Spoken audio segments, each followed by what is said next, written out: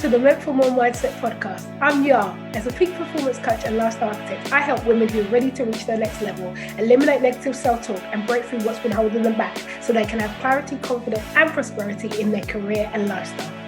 This podcast is to empower you with a Meant for More mindset and help you reach your next level so you can uncover your purpose, reclaim your power and reach your potential. This means no longer living by default, but dreaming big and pushing yourself to be, do and have more. I want everyone to know that change is possible, that you are not alone, and there is an alternative way forward. Because when you change your mind, it will change your life. Hi everybody, and welcome to the next episode of the Meant for More Mindset podcast with me, Yar. And today I have the amazing Rianna Price with me. Rianna, please introduce yourself and tell us a little bit about you. Cool. So thank you for having me on the pod, yeah. Super excited. So my name's Rianna. I am 30 years old. Wow, time has gone fast. I'm 30 years old. I am a lecturer at the moment, motivational speaking, and a lot of professional singing. So as you can see that my days are very not structured, but kind of just being on this journey of figuring out a lot of the things and realizing you don't have to only do one. So that is me. Oh, I love that. So tell us something interesting about you that most people don't know. Oh, at first I was going to say I'm really tall, but a lot of people know that. But one of the interesting facts about me, which I've only recently noticed in driving, is I love classical music. Like, I love the way it makes me feel. I love, after a long day, how much it calms my brain and I don't have nothing to think about. But I am a classical music kind of girl. I'm gonna have to try that out, because sometimes I think lyrics and stuff are nice, but sometimes even though you enjoy a song, when you start listening to lyrics, like I can't take this energy in, I can't take this in. So that's really lovely when you said that, because it tends to be instrumental, so you just get to listen to the melody. 100%. And it just literally, especially after especially with everything that I do, it's a lot of speaking, a lot of people speaking at me. When I'm in the car, it's just, you get to zone out. Obviously not zone out too much because you're driving, but zone out enough that you can drive and still listen and calm every kind of nervousness on the inside of you. So love it. Oh, that sounds amazing. So tell us a little bit about your professional story, how you got to where you are today.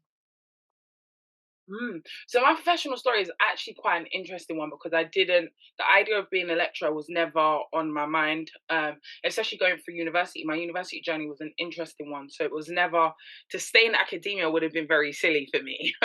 So being a lecturer is kind of like out of nowhere. But what ended up happening is that after I did my master's, they were so interested in my study that I had to do a lot more writing. So in doing a lot more writing, I'd realized as a part of my master's, I had to teach as well. So I was realizing I'm actually very good at this teaching and communicating kind of thing. Maybe it's something I could get into. And it just didn't happen like that. I kind of got more into the motivational speaking first. Even that was an accident. I was looking for a job to be a presenter, right? And the job occupation said presenter. So I'm like, I can do that. Got to the interview, they're asking you to make animal noises. I'm thinking, this isn't, don't know if I'm called to this presenting thing. Like, what does this mean? To realize that it was going to be a motivational speaker, but starting in schools. And that was the part of such an amazing part of my journey, because I learned, speaking to young people, you learn how to not take yourself so seriously.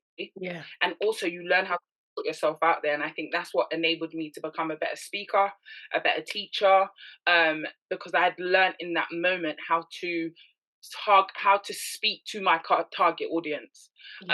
So now, as you look at me now, I've been a lecturer for the last 2 years, but I've been in education for 10.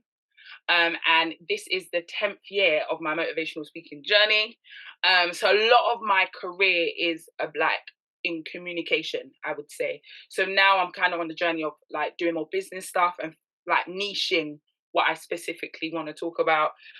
So yeah, as you can see, my journey was very I don't know how I got here, but I'm grateful that I've got here and all the tools. And that's why I always say to people, don't feel afraid to try new things, because my trying new things is what got me where I am now.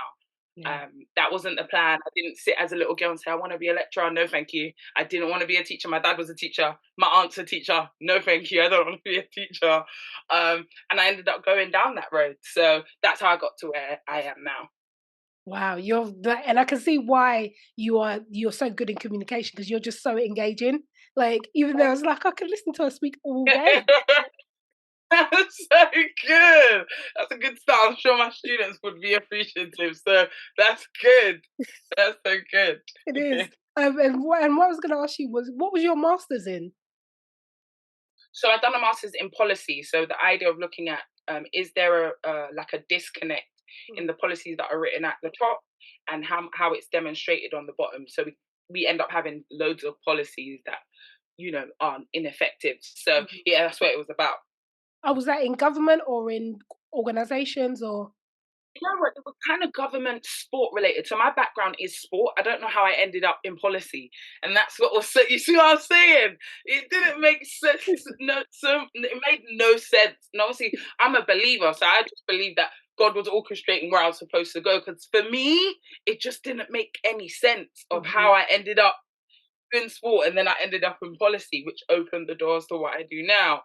So yeah, that's how I ended up getting into Wow, that's amazing. it. So it is. So what do you enjoy most about what it is that you do? Because your work is so varied.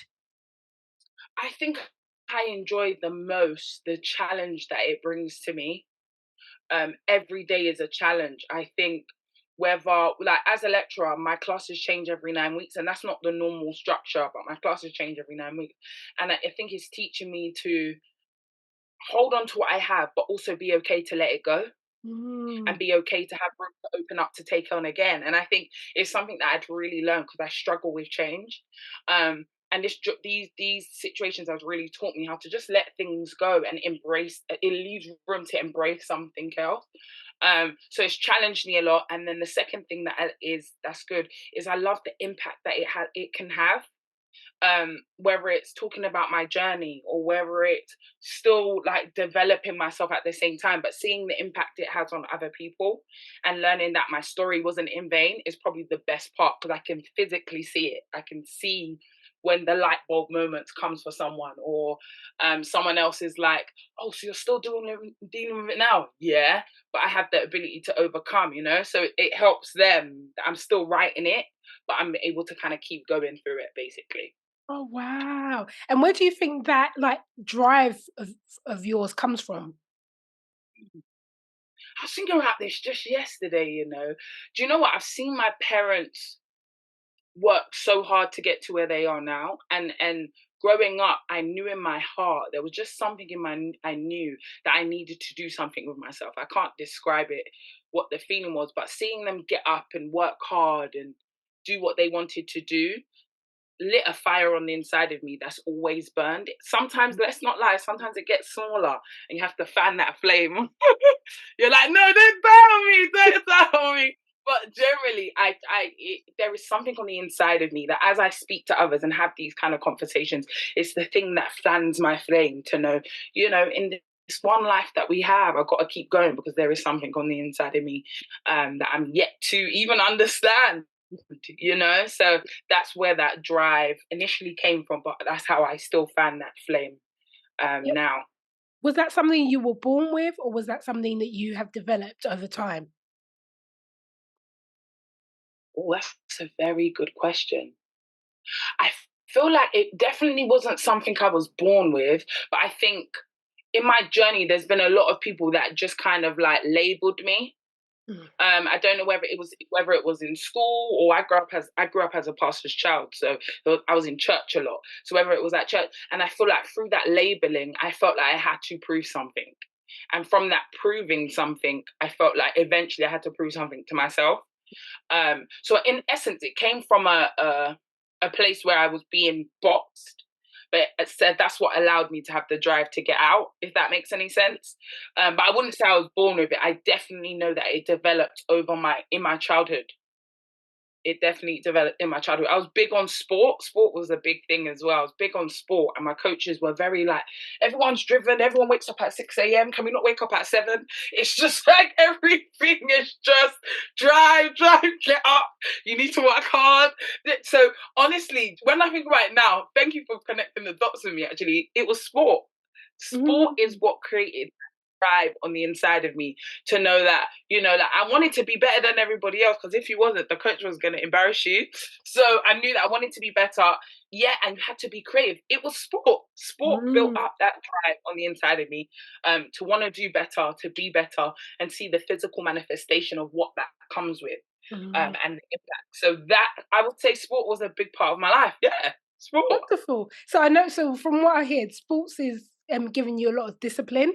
So how do 100%. you then share that discipline with others in terms of your teaching and your motivational speaking?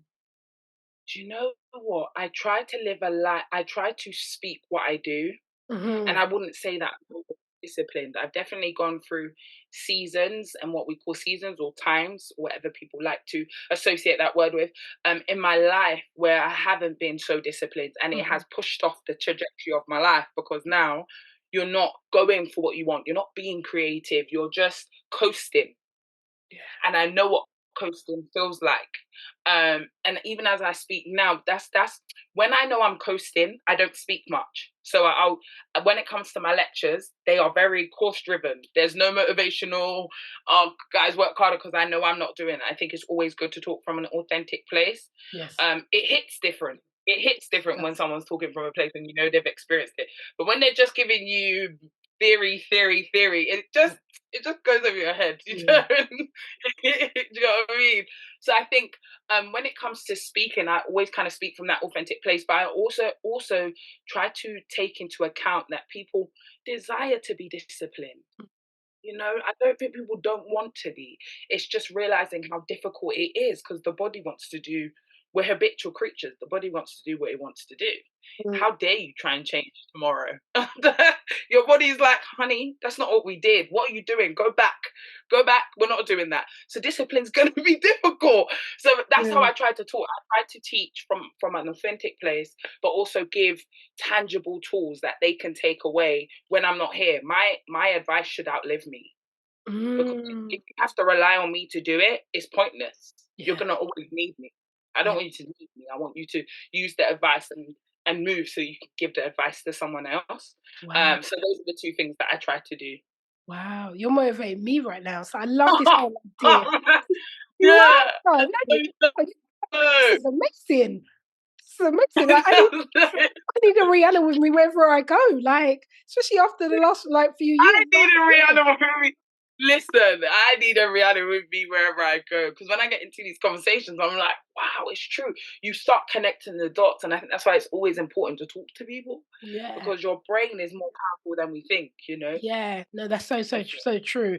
And so, what I was going to ask you was, I love this whole concept of teaching people how to fish instead of actually fishing, actually giving them a fish. And it sounds like Yeah, that's what you do. So, how do yeah, you maintain that? So, how do you make sure? Because there are some people that are needy. So how do yeah. you create that space where you're like, no, this is what I can do for you, and then this is what you need to do for you in order for you to live your own trajectory in the right way. Now, I wouldn't say I've got that down to a T yet, because I Mm, think my innate ability is to love people and encourage and want to, take you the whole journey. So it's also learning. I've got to learn those. I've had to learn those boundaries for myself on a personal yeah. level before I could bring it into my professional practice. So learning when to say, this is something you need to do by yourself than it is what I need to help you with. So having boundaries with the people that I'm working with does really help. So I'll give you an example. I was working with a student just the other day, and I could see he needs help, definitely needs help. So I was giving him the help, but then I felt the shift where I knew now you don't need help. You just are scared to do it by yourself. Yeah. Now, when I'm going to let you go and you're going to do it by yourself, not because I can't help you, but I'm doing you an injustice doing it for you. And I remember this when I was growing up. Yeah, my dad. I used to ask my dad to help me with maths all the time, and he used to. Now I'm an adult, I understand, but back then, oh my days, I used to be so angry. I'm like, why can't you just give me the answer? Like, it's not difficult. You know it. Give it to me. I can move on to the next question. So then I'll go to him and I'll say, "Oh, Dad, can you help me with this question?" He'll be like, "Have you done it yet?" Well, by the time I've come to you, I've already tried it. So can you just tell me the answer? And he would always send me back. And guess what? By the end, I would get it. Mhm. And what I found a new way of doing it for me. Yes. My dad could have just gave me the answer, but I would have never gone through that process to get to the answer. And Yeah. it's the process that's going to help me for even other things, where you learn how to trust yourself. That confidence builds up on the inside of you. Integrity builds. There's so many things that happen in that process, which I hate, that happens in that process that that you need. So I think from then I'd learned there's something so crucial with that. So for what I've learned for myself is understanding when to let go and feeling that shift when it's time for that person to be alone. Sometimes I don't always get it right, and sometimes I feel like, oh, Rianna, you could have walked with them a little bit more, and it's okay. They Mhm. come back, you help them, and you keep. Do you know what I mean? It's okay. So I'm learning to just feel that shift. There's a shift when someone needs to do it by themselves so that they can learn. So I'm learning that. Yeah, I love that. So you do so much for other people. So where do you get your when you need to recharge, where do you go to get that recharge? You know what? I've been thinking about that lately, actually. So obviously, I said I'm a woman of faith. So I will spend time with God, and I feel like that.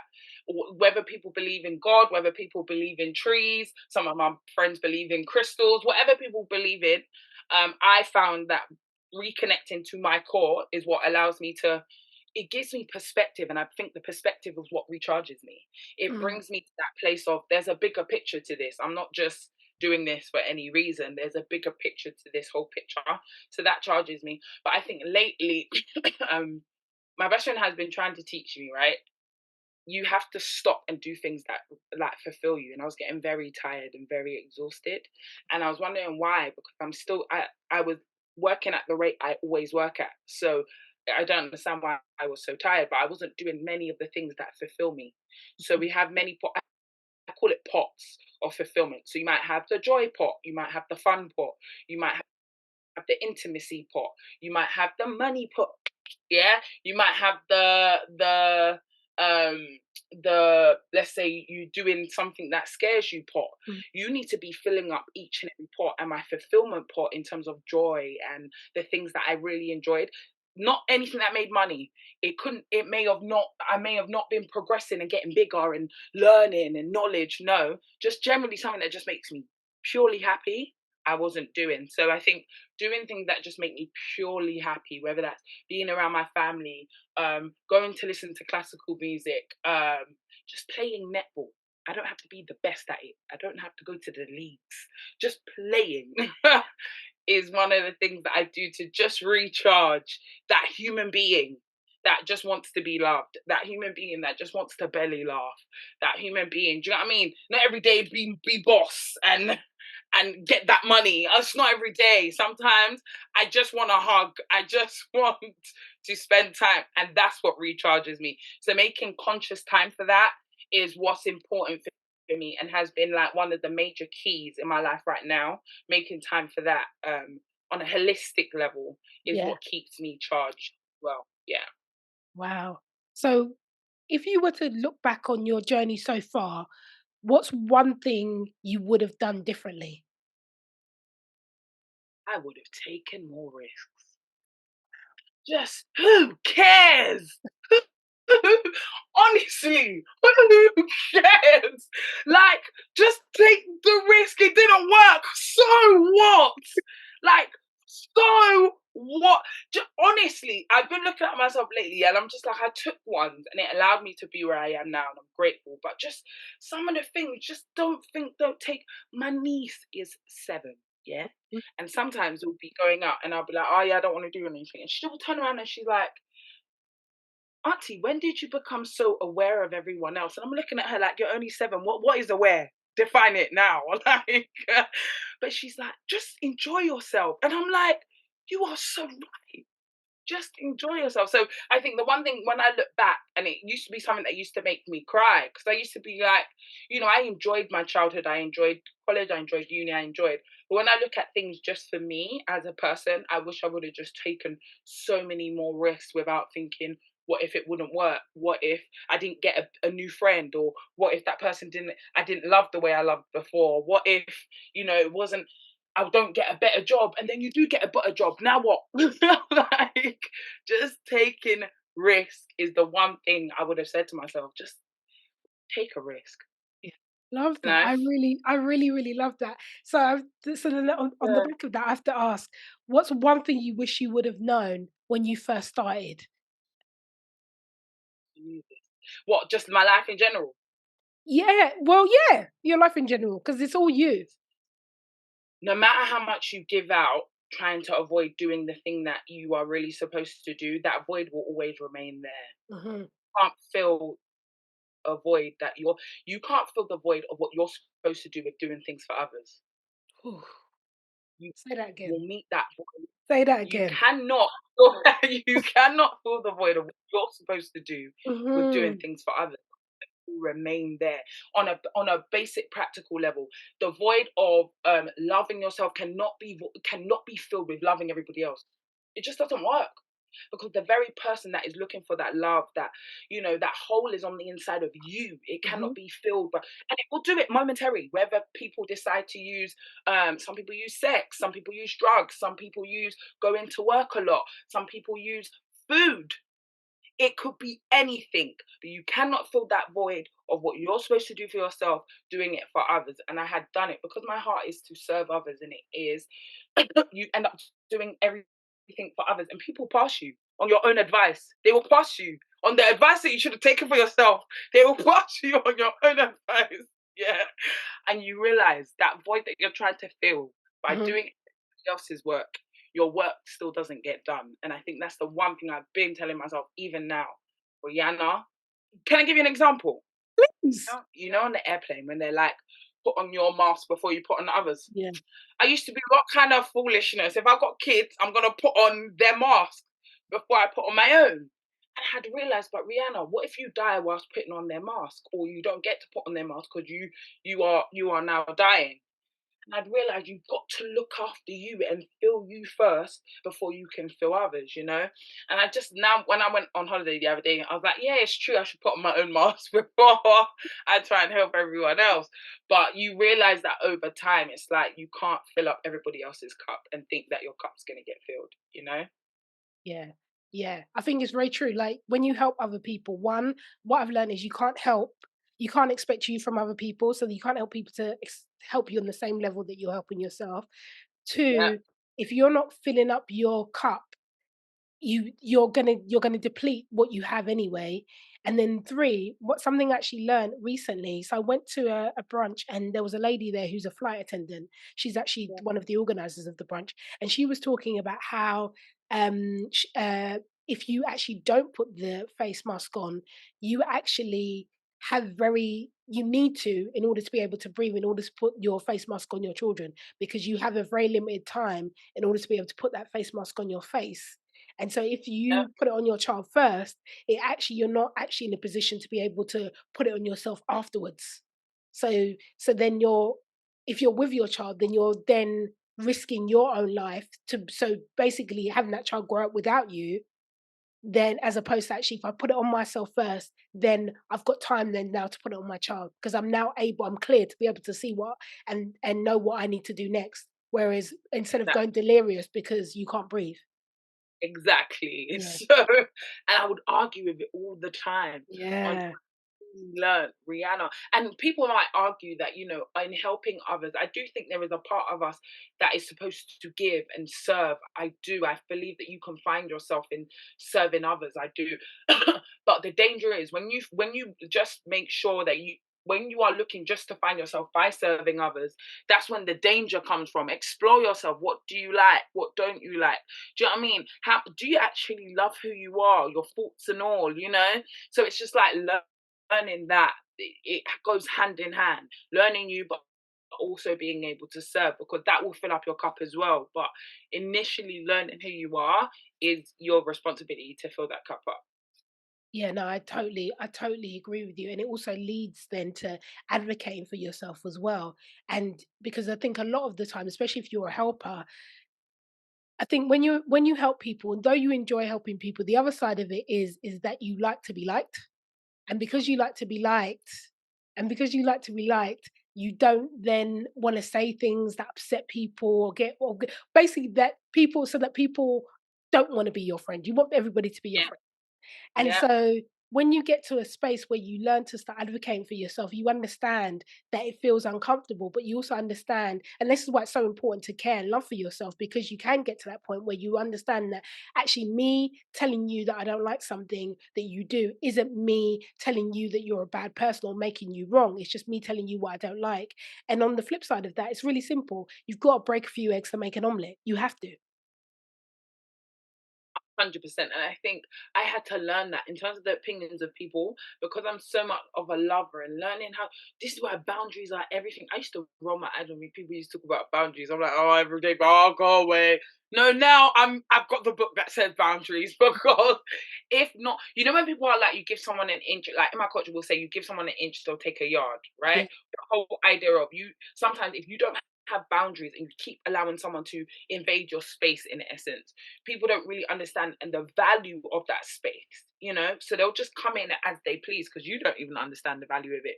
So I'm Mm. learning that with these boundaries, I really had to learn it all. I was a people pleaser, and that doesn't work in my line of work.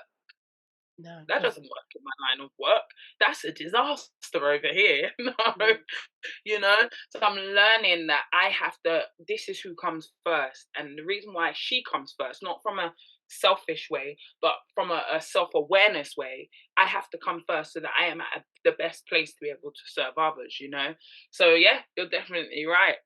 I love that. I love the whole idea of recognizing that you need to come put yourself first so that other people recognize that. And also because what I've realized as well, when you're talking about the value of Mhm. people don't respect the value, they actually start devaluing it. I remember I was I was it was yeah, it was somebody I was dating at the time, and he used to the way he used to speak to me wasn't very nice. And so one day I kind of took it thinking, in the beginning you think to yourself, "Oh, it will he's just talking and it will change," and it didn't. So I was just one day I said, "Don't talk to me like that. It's not nice." And then he said to me, what's wrong with how I speak to you? I've always spoken to you like this." And he wasn't wrong. He wasn't wrong. So the lesson I had to learn was if you don't teach people how to treat you, i.e., boundaries, don't enforce these boundaries, people will do whatever they want to do. And then it gets so bad to the point that when you do correct them, they're correcting you for correcting them. Oh, because they've got so comfortable in treating you that way. And you know, so deep, there's probably somewhere in your life where you treat yourself that way, because Yes. I wouldn't allow you to do anything that I'm not doing to myself. And Yes. people will be like, oh, yeah, but you know, people who get beaten up in their relationships, I wasn't beating myself. No, but you may have not been beating yourself up physically, but try know you was beating up yourself mentally. Yeah. So it's like you can't. I'm not saying people should take response. Like it's your fault if you get beaten up. No, that's not. I'm saying no. But I'm Hmm. saying I had learned myself. There are moments when I've realized that I had allowed myself to treat myself a certain type of way. So, for example, I used to speak to myself in a certain way. So, say for example, something doesn't work, I'll be like, "Oh, you're so silly, man. Why would you do that?" Well, whoa, stop. For one, stop. You know, like why? What? Like I have to do that now. What did you just say? And it sounds silly, but apologizing because your nervous system can hear you Yeah. Yeah. It does. and it records. Whether you like Yeah. it or not, it records it. I Yeah. have like a breathing disorder now because due to COVID. Mm.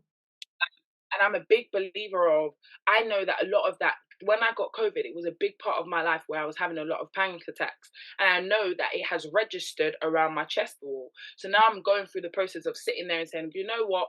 Not everything I need to get angry at. And the reason why I know is because whenever I get frustrated or anxious, I can feel it all here.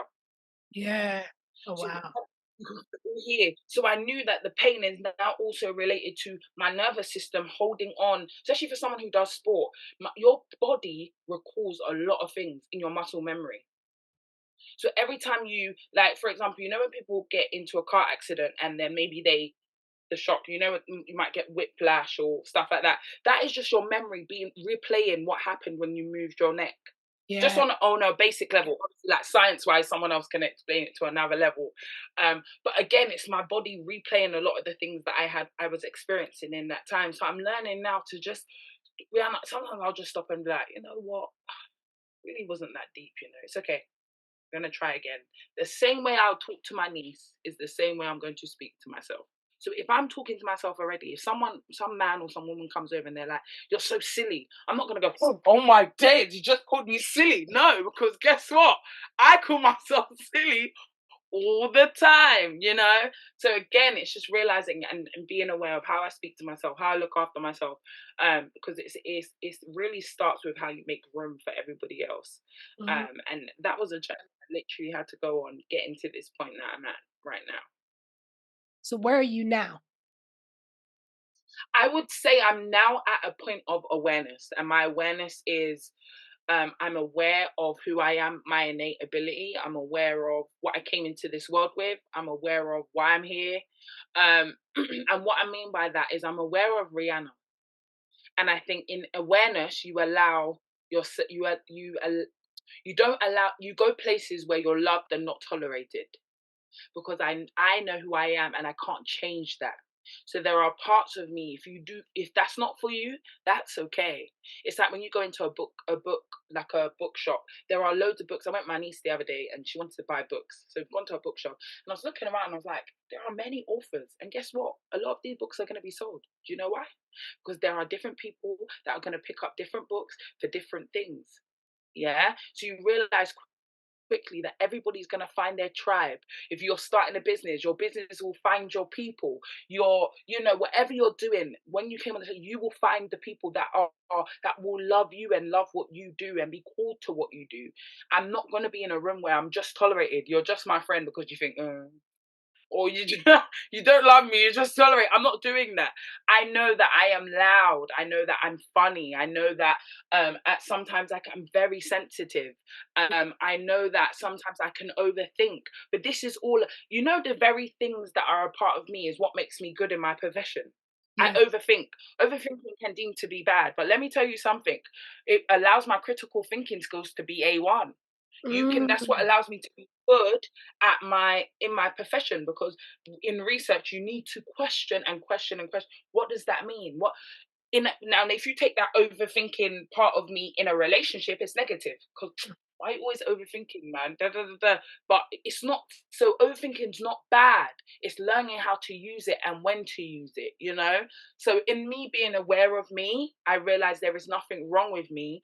I just have to have the responsibility of knowing when to use those very parts of me, and when it can be a benefit to benefit me, and when it's not. So that awareness part is where I'm at now. I wouldn't say I'm a pro at it yet. Maybe in a year's time, I'll be a pro. But right now, my awareness, it's like the theory has turned practical. There's been Mhm. like a click, for me right now. And then so I feel like it's theory, practical, and then demonstration, in which I will demonstrate and say, okay, I remove my place from places that I've been tolerated and not loved. And that's how you put your theory into practice.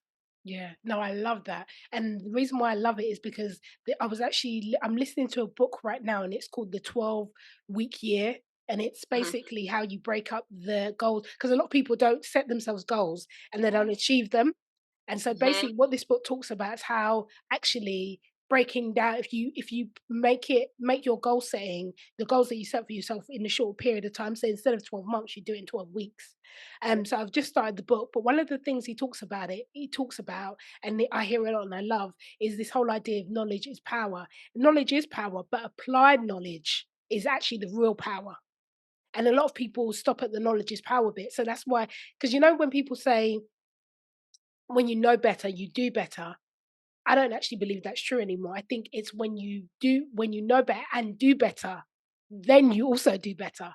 But it's that thing of where I think for a lot of people, there's that thing between what they want and what they're settling for. There's a gap between them for whatever reason they can't reconcile the two. Yeah. That is so big because even right now, I'm moving like in terms of motivational speaking, I'm moving to more of a change, understanding change and transition approach and how people get stuck in the middle. Mhm. The whole idea of change is going to require you to transition, in which it requires you to develop and try new things, or whether Yes. you go from a mum of one to a mum of two. That is, or whether I move house. When I move house, it's an amazing change, but it requires me to transition because the buses I was taking to my previous house or the route I was taking can't be the route anymore. Mhm. Maybe it's a bigger house. The council tax, as we know, will be more. The You can't pay the same electric bill you was paying before. So I'd realized that little bit in between is that our ability to transition, our ability to develop, can be that which can be really scary, whether good or bad. Your brain is going to act in the same way, whether the change is good or whether the change is bad. But even when you're talking about knowledge, when I read, when I'm looking at it, I'm looking at knowledge. You got knowledge, understanding, and wisdom, right? So knowledge is when you sit down and you gain. So you have a lot of people that read loads of books, like loads of books. One of my friends, she reads loads and loads and loads of books, right? Now, when she reads it, does she really have understanding? Sometimes, maybe not. We gain understanding by being aware. Like when I teach my students, I always say to them, you gain understanding by putting things into perspective. So remember when we were younger and they'll get us to do spelling. So they'll say, spell car, CAR. But then they'll say put the car into a sentence. And some people may fail at putting it into a sentence. That means you didn't really understand the word. You just were able to give it back in terms of memory. Understanding comes when you're able to put it into perspective. So your brain starts to make sense of it. Okay, car, I've seen one of those before. Maybe your mum drives one. And that's how you gain understanding. Wisdom is knowing when to use it. So just like what I was saying in terms of like just what I was saying in terms of my awareness of myself, I've been reading a lot of self-development books. So my knowledge is, Rihanna, you've got to treat yourself better. Rihanna, you've got to love yourself. My understanding is, do you know what? In treating myself better and loving myself, I'm gonna get more opportunities. I'm able to, my body will be a little bit more freer. The wisdom now is knowing when to use it. So Mm. maybe I might need to use it at work, but I might not need to use it so much at home. And I think that is the difference between the two, the middle that you were just speaking about. Is That's how we transition. It's learning things, understanding it, and knowing when to use it in that new season or that new change that people had need to go on to. But it's a scary one, and that's why people stay in their jobs for 25 years, or that's why people stay in that marriage, or that's why people don't want to change their car even though it's broken, or this is why people stay in that place because they're just scared for what that new beginning is actually going to look like and what it's going to require from them. So I totally get it, and it is a scary process, but you just learn, you have to learn that it's one that's going to bring the best out of you. Yeah. Oh wow, that's so so true. You've mentioned so many resources Mm. in this conversation, but especially in the last bit where you spoke there. What resources have helped you along the way in terms of being able to get to where you are now? I would honestly say some of the resources that I would use uni as a resource. And the reason Mhm. why I'd use uni as a resource is I know a lot of us are like, oh yeah, it's a waste of money. Um, and I wouldn't completely disagree that it was a waste of money. I think it was very, very beneficial for me, not just of what I learned in terms of my classes, but also what I learned outside of those classes. And Mm. it put me in a space that allowed me to try, fail, and repeat. Mm.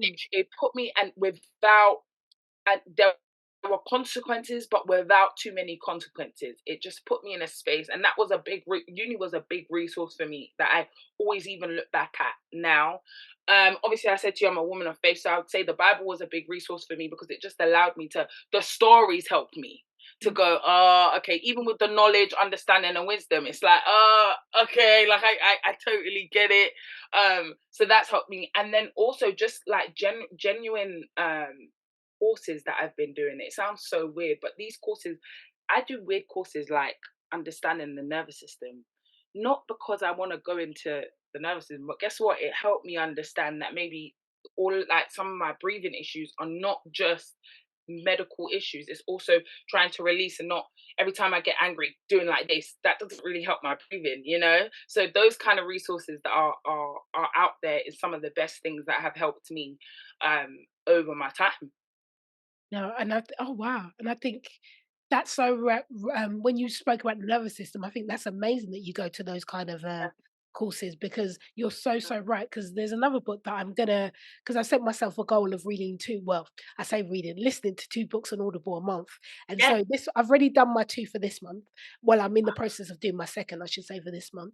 Next month, one of the books that I want to pick up is called The Body Keeps Score, and I haven't read it yet because I think there's been a little bit of fear about like, oh my god, I'm going to learn that all of this stuff that's stored in my body. But I love what you said there about the nervous system because it does, and like when you even spoke about muscle memory earlier, it's like you're walking around with all of this stuff inside of you, and you don't even know where it's coming from or why you flinch when somebody comes too close, that kind of thing. Yes, even that flinching when someone comes too close Mm, is because your body remembers when that person came too close that time, they were gonna. Do you know what I mean? So it's like yeah. I've learned so many things from random books, just random. I probably shouldn't have been reading. Why am I reading these books? I don't know, but these are things that just opening yourself to knowledge as a whole is Mhm, gonna always be beneficial for you. There's nothing you can learn that you're like, shouldn't have learned that. It mm. may come up on a random day, you know. So those have been the main resources that I use to help me and keep me going. So what I would ask you was in terms of the books you've read, could you recommend a few? Yes, I love Rich Dad Poor Dad, and I know everyone says it, but I loved Rich Dad Poor Dad. Yeah. There's a book that talks about rejection, and I know it sounds like super, but you realize that rejection can even come from when you was a young child, and then it opened the door to you self-rejecting and realizing that rejection's everywhere. And trying the book really helped me. I think it's literally just called Rejection by Brenda Tucker. Brenda Tucker. That's her name. And it realizing to separate you and rejection because you're two different people. Mhm. So that was a really good book. Boundaries. I can't remember who that was from, but it's a blue book. Blue. It was a red book, and it just has boundaries on the front of it. Yeah. Um, it was a very good, very good book actually. And there's one more that I wanted to. Rich Dad Poor Dad. That's I can't remember what it's called. Oh, I can't remember what it's called, but there was one more I wanted to say. But those were some of the crucial kind of books that I've been reading and that have been good for me. Yeah. I'm sure that last one will come to you, and if it does, just say it anytime. And I'll A also hundred, put ah, well, 100%. and I will also put that in the show notes. So I'll put the links to those books in the show notes so that you'll be able to have access to it, guys. And the next question I want to ask you is, what has been your biggest failure, and what did you learn from it? Oh, wow! What has been my biggest failure, and what did I learn from it? I think my biggest failure was not starting my business earlier, Mhm. and I think what I learned from it is that fear doesn't go away. Yeah. I don't even think I believe in the feel the fear and do it anyway anymore. I think it's learning. Fear is an emotion, but it can come up. It comes up and it feels like excitement as well. So Yeah. why can't I redefine it to be something else? Yeah.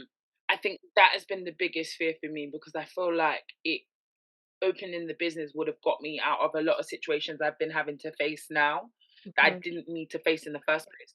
I think when you stay somewhere too long, like water, when it starts, water is there to move. When it starts to get stagnant, it starts to smell. And Mhm. I think when you stay somewhere longer than you're supposed to, you start to smell. I don't mean physically smell, but everything starts to get frustrating now. You're just not happy, that kind of thing. So everything just becomes a bigger issue than it needs to be. So I think one of the biggest things for me would be definitely um, starting the business earlier and not being afraid of it because that fear doesn't go. You know what? I love what you said there when you spoke about excitement and fear. Your body, speak going back to what we were talking about, how your nervous system remembers things. Your body doesn't know the difference between fear and excitement.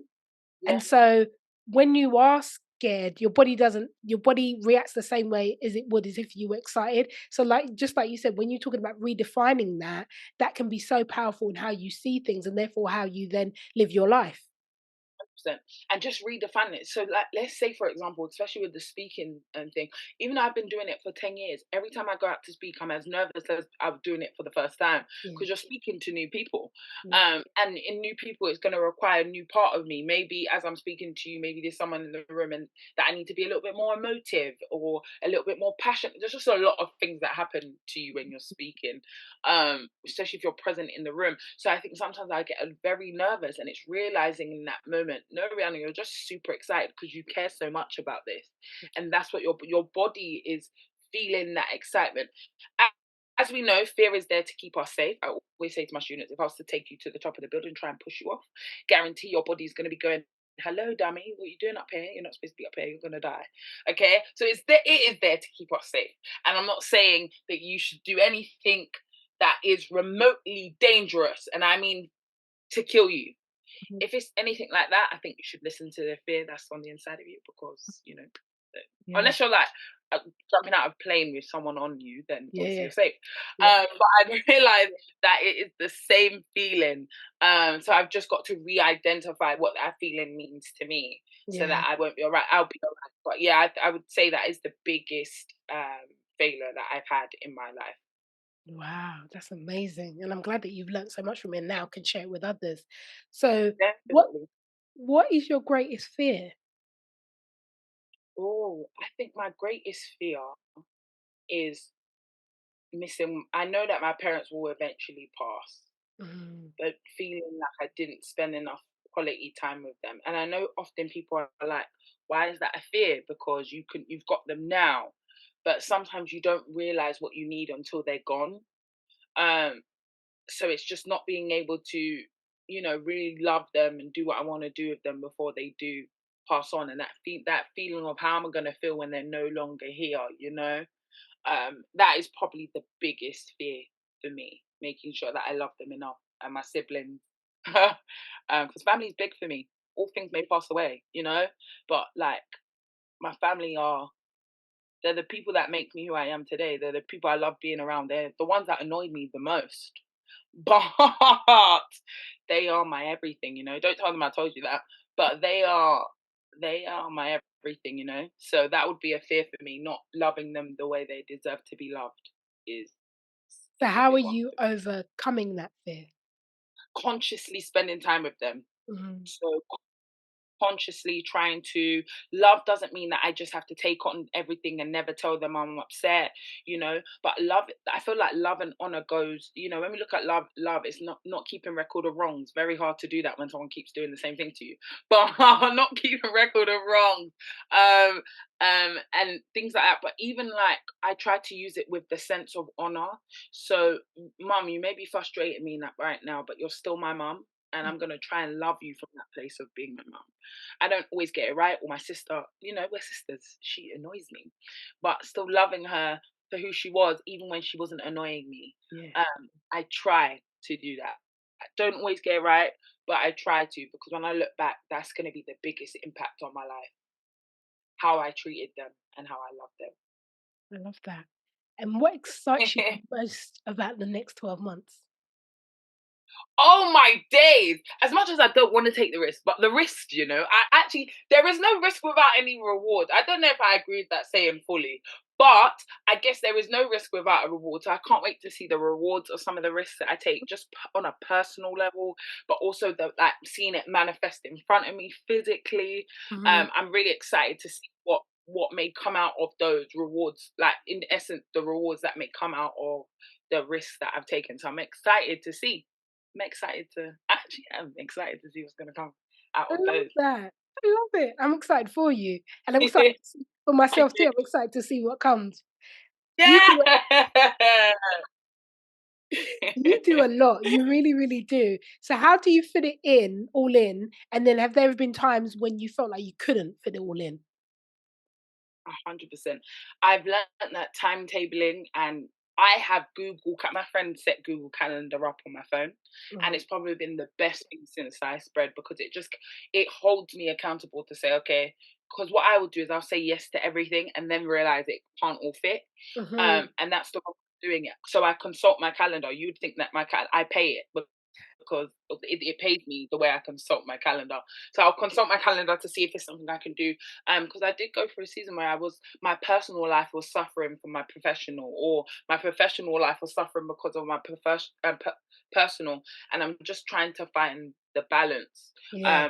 So I think organization is always key. If I can organize myself effectively, leaving room for, maybe I just want to have a nap, or leaving room to talk to my friend, because of the nature of my life and the fact that it's not so structured. I don't have a 9 to 5. I have to be conscious about putting structure in place, Mhm. to make sure I can make time for everything and everything that I love that. Oh, I love it. I love it. I love it. I I love it. do. You're so Um, and so with that, I want to ask, what advice would you give to a woman who wants to go to her next level but isn't sure how or where to start? I think a key thing is, well done for wanting to go to that next level, because some people can stay and sit at the level that they're at. So well done to that. For one, be aware of where you are, Mm. but honestly, but maybe it's 10 years and you were supposed to start that business 10 years ago. It's okay. But being aware of where you are, I always take an inventory check. So my inventory check is, I'm aware of where I am, but I also need to be aware of what is it going to require me to move from where I am to where I need to go. And I call it building the bridge. So building the bridge is the bridge that's going to get you from where you are to where you need to go. So for example, is it waking up earlier? All right. Say for example, you wanted to lose weight. Your next step is to lose weight, right? Now, how is what you're doing in your life right now gonna help you towards what you want to do? Mm. Probably, I'm talking about myself, probably not. Currently, there's probably a Snickers downstairs in my fridge, ready for me to eat later. Okay, I'm not saying I got to get rid of the Snickers, but what it will do for me is it will allow me to say, okay, what is it going to require from me right now to get to where it is that I want to do? So maybe it's waking up earlier, maybe it's being aware of what I'm putting into my body. So those kind of things. Be aware of where you are now, and then also take an inventory check on what needs to change for you to become the person that you want to become, without using cheesy words. Do you know what I mean? Like, so what is it going to require you to, build that bridge to get over to where it is that you want to do? And realizing that you're more than capable of doing it, and you will thank yourself in the next 6 months. But whether you move or whether you don't, this is what I'm telling Rihanna, whether you move or whether you don't, 6 months will come. Time's going to move either Mm. way.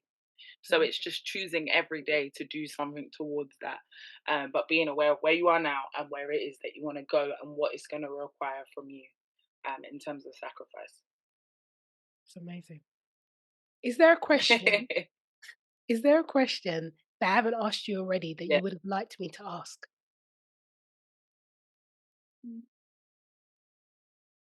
No, I just want to also say how amazing it's been in terms of your questions and how comfortable you've made me feel.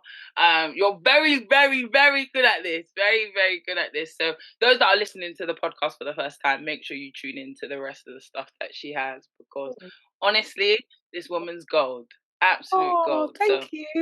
I Thank have no you. questions. I just feel like that's what I wanted to say Oh, I to love it. I'm, you. I'm literally gonna have a Rihanna with me wherever I go. Literally, I am. Yeah. Literally, you think it's a joke? I'm not I joking. love that. I I'm not love joking. that. Um, You're so awesome. and I wanna and I wanna ask you, what gives you a meant for more mindset? I just know that even like I lost my brother lost his brother the other day. Hmm. And as I thought about it, I just thought, if I'm here, I have to be meant for more. It doesn't matter if I'm not doing anything that I'm supposed to do. It doesn't matter if my life is really crappy right now.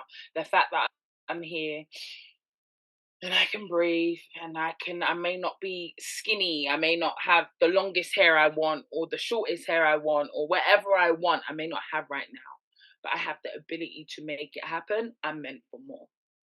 So it's talking Wonderful. to that person that might be sitting on the couch, might be talking to the person that is, maybe you just lost your job, or whoever you are. It's realizing that you're meant for more, and we can't live life based on what we see. As crazy as it is, you cannot live life based on what you see. You have to, when I live my life based on what I see when my eyes are closed. There is a part of me that I see when my eyes are closed that I desire for myself.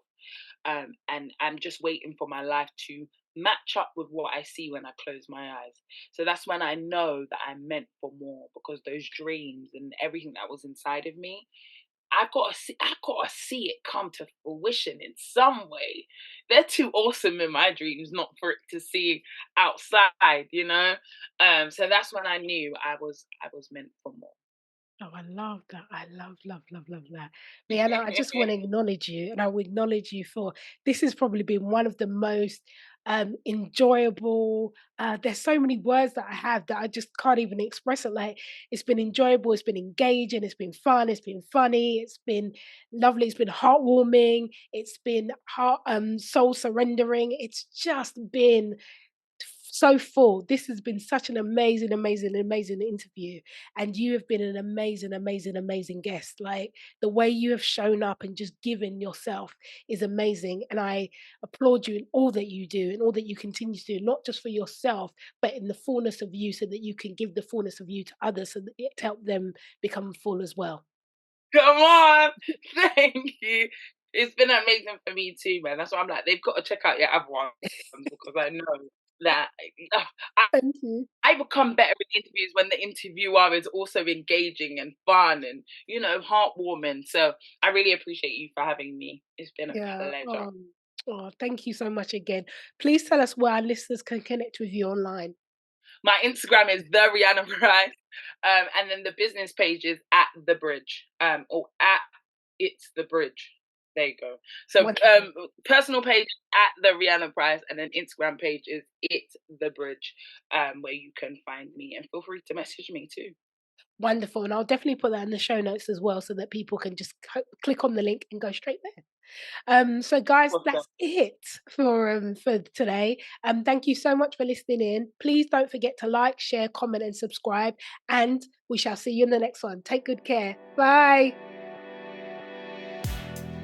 Thank you so much for listening to this episode. For more about me, what I do, check out my website, nextlevelcoachinggroup.com, where you can also download my free Release Your Mindset Blocks guide. You can also follow me on Instagram at Next Level Coaching Group or on Facebook at Next Level Lounge. Please make sure you hit that subscribe button so you don't miss out on any upcoming episodes. And if you enjoyed this episode, please leave me a rating and review. Thanks. See you on the next one.